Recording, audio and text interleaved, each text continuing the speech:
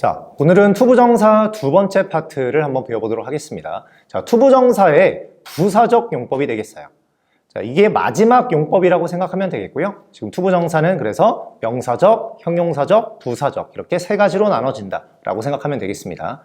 자, 부사적 용법이 아무래도 가장 많이 쓰이지 않을까 생각이 들긴 들어요. 자, 그래서 이 부사적 용법이 여러 가지의 또 다른 해석들도 있고 그리고 쓰임이 너무 많다 보니까 헷갈리게 됩니다. 여러분들이 이것을 의미를 정확하게 파악하고 외운 다음에 사용해야 여러분들이 잘 사용할 수 있을 거예요.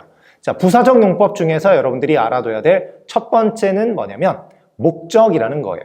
이 목적이라는 말은 의미가 뭐뭐 하기 위해서, 뭐뭐 하도록 이런 의미가 나오기 때문에 뭔가 나의 목적을 나타낸다라는 그런 뜻에서 투부정사 부사적 용법의 목적 이렇게 붙어 있습니다. 자, 뭐뭐 하기 위해서라는 그런 의미에서는 우리가 예를 들어 한번 볼게요.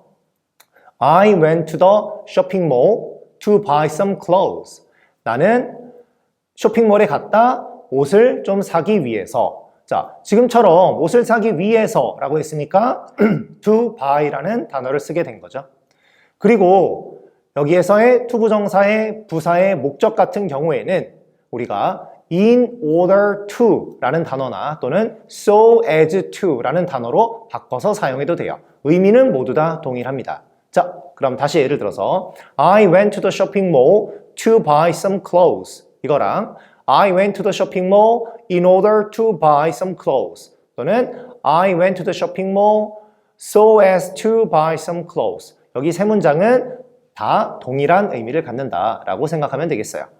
in order to나 so as to 같은 경우에는 반드시 이 목적인 뭐 하기 위해서라는 의미만을 나타낸다라고 생각해주면 되겠습니다. 자, 두 번째는 감정의 원인이에요. 감정의 원인은 말 그대로 어떤 감정이 생겼는데 이러이러한 이유들 때문에 이런 원인들 때문에 감정이 생겼어 라는 걸 나타내 주기 때문에 우리가 감정의 원인이라고 얘기를 해주죠. 그래서 보통 해석은 뭐뭐 해서 라고 해석이 됩니다. 자, 그럼 이것도 예를 한번 들어보도록 할게요. I'm very happy to see you. 나는 매우 기쁘다. 너를 만나서. 자, 나는 너를 만나서 너무 행복하다. 이런 의미를 지금 나타내고 있죠. 그래서 지금처럼 뭐뭐 해서 행복하다라는 감정이 생겼기 때문에 감정의 원인 이렇게 얘기를 할 수 있겠어요.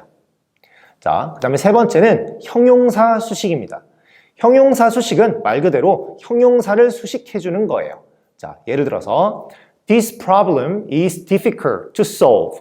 이 문제는 해결하기에 어렵다. 또는 해결하기 어렵다. 이렇게 해석이 되면서 해결하기에 라는 의미의 to solve 같은 경우에가 지금 어려운이라고 하는 difficult를 꾸며주게 되겠죠. 그래서 이걸 형용사 수식이라고 얘기를 합니다.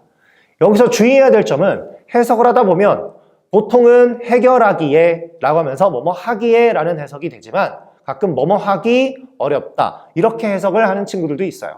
그러면 뭐뭐 하기라고 해석을 했으니까 이거는 명사적 용법으로 봐야 하느냐? 절대 안 됩니다. 해석으로는 그런 식으로 조금 될 수 있을 것 같지만 이거는 형용사를 꾸며주기 때문에 반드시 부사적 용법인 부사의 형용사 수식으로 가야 해요.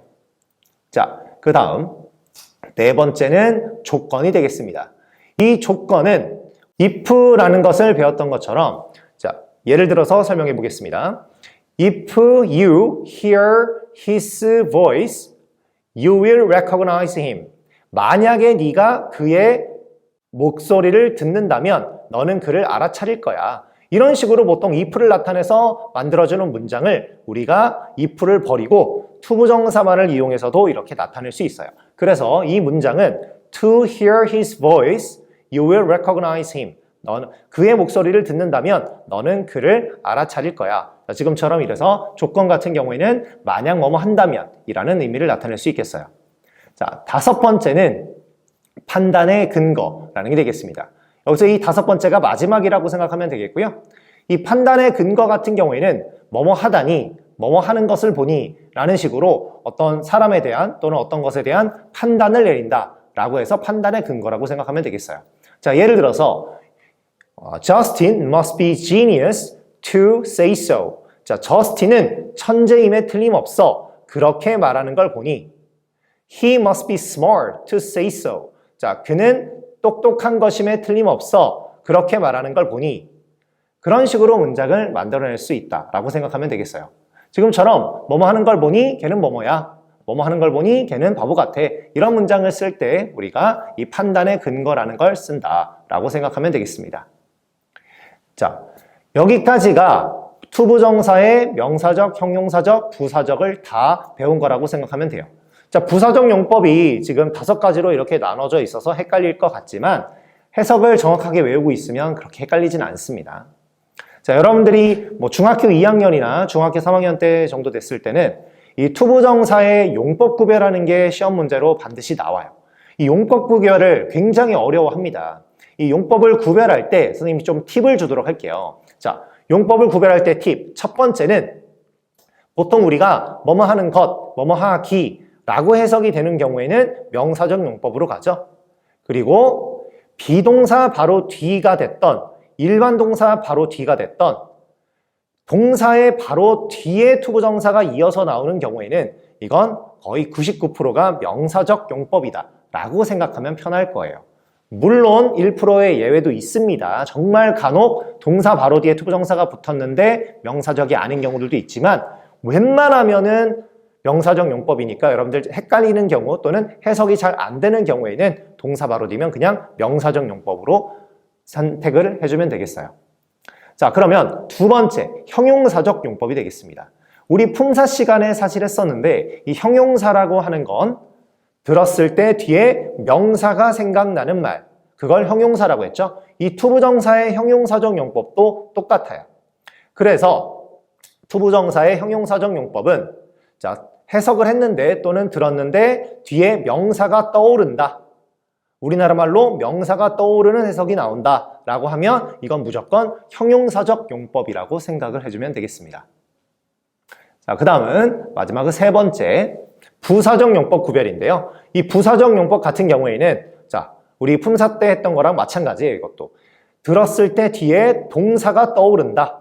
해석을 했을 때 동사가 떠오른다. 그럼 이건 전부 다 부사적 용법이라고 생각을 해주면 되겠어요.